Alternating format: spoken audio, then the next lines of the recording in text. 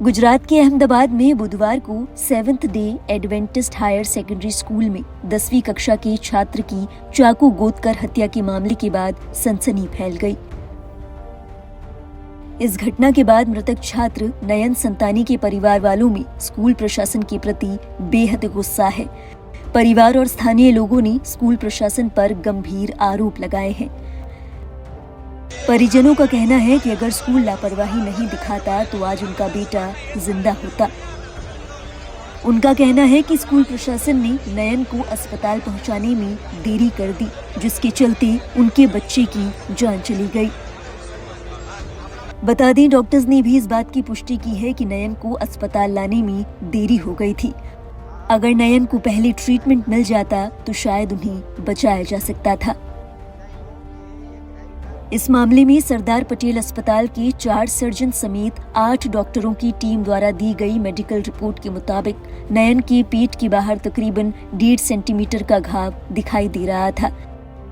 Surgery के दौरान पता चला कि शरीर में खून की आपूर्ति और शरीर से खून एकत्र करने वाली 2 मुख्य नसें कट गई थी। ज्यादा ब्लीडिंग होने के कारण पेट में तकरीबन 2.5 लीटर खून जमा हो गया था, जिसकी वजह से नयन की जान नहीं बचाई जा सकी।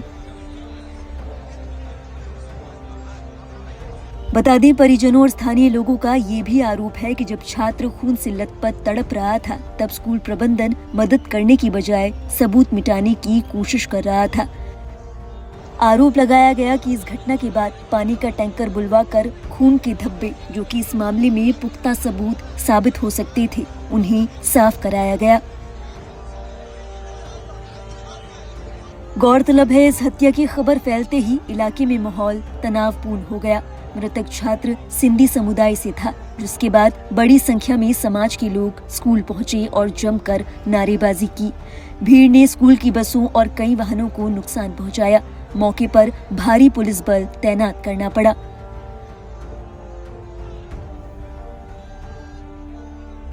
खबर है कि सिंधी समुदाय के साथ बजरंग दल, विहिप और एबीवीपी के कार्यकर्ताओं ने बुधवार सुबह स्कूल पहुंचते ही स्कूल के बाहर खड़ी गाड़ियों में तोड़फोड़ करना शुरू कर दिया था। इसके बाद वे रेलिंग से कूदकर स्कूल के अंदर दाखिल हो गए। स्कूल के अंदर दाखिल होते ही इन लोगों ने गार्ड और बस ड्राइवर को पीटना शुरू कर दिया। इस दौरान पार्किंग में खड़ी बसों, कारों और 2 पहिया वाहनों में भी जमकर तोड़फोड़ की। इसके बाद गुस्साई भीड़ ने स्कूल के अन्य स्टाफ के साथ प्रिंसिपल को जमकर पीटा।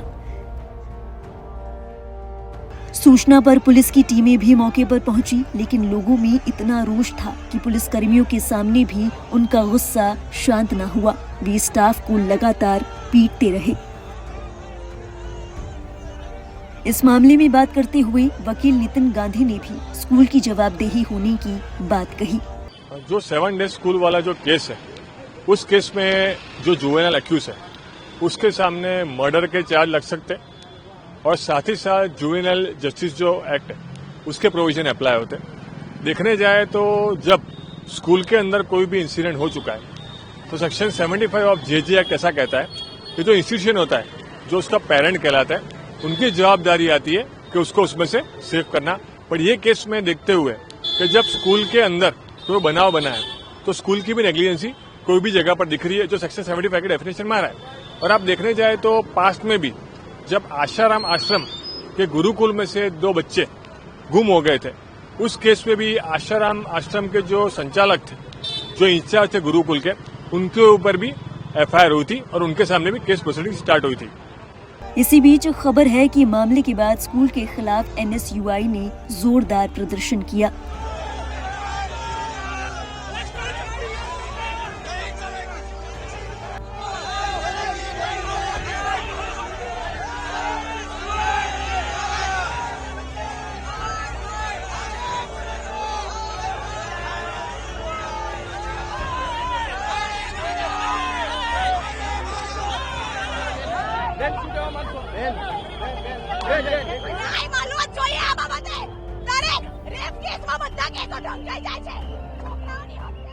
मैं राहुल वर्मा यूथ कांग्रेस से हम यूथ कांग्रेस का आंदोलन कर रहे हैं, जिसका तात्पर्य ये है कि जो हमारा बच्चा 10वीं कक्षा में पढ़ने वाला सिंधी समाज से आता था, जिसकी मृत्यु हो गई है, उसकी अभी तक सुनवाई नहीं की। इसके एक हफ्ते के पहले एक बच्चा अंदर बंदूक लेके झड़पाया था, जिसको प्रिंसिपल द्वारा 3 महीने के लिए सस्पेंड करने में आया। इसकी बात छुपाई गई। उसके अलावा 2 लड़कों के द्वारा एक बच्ची का धक्का मार के पैर तोड़ा गया, उसकी भी कोई सुनवाई नहीं की गई।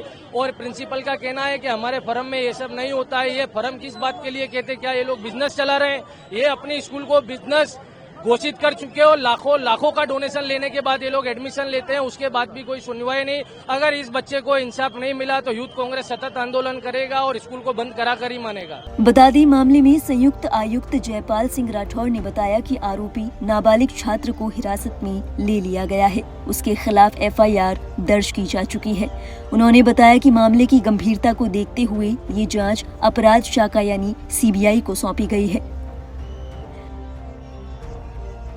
मामले में क्राइम ब्रांच के JCP शरद सिंघल ने कहा कि फॉरेंसिक टीम ये भी जांच करेगी कि क्या वास्तव में स्कूल से पानी का टैंकर बुलाकर घटना स्थल को धोया गया था।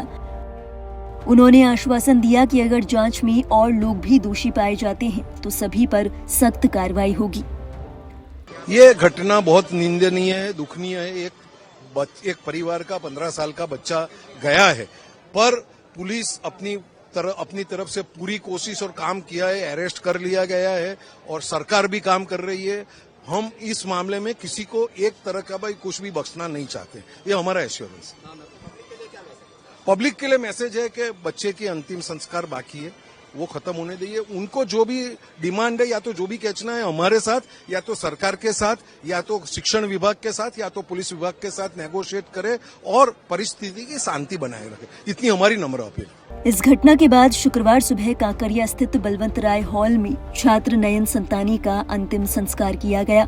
अंतिम संस्कार में भारी संख्या में लोग शामिल हुए।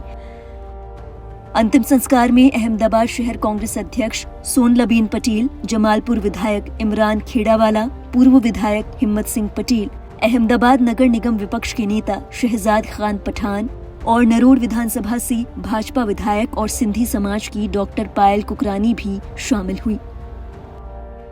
इस घटना को लेकर अब सियासी पारा भी चढ़ने लगा है। विपक्ष इस मामले को लेकर सरकार पर लगातार हमलावर है।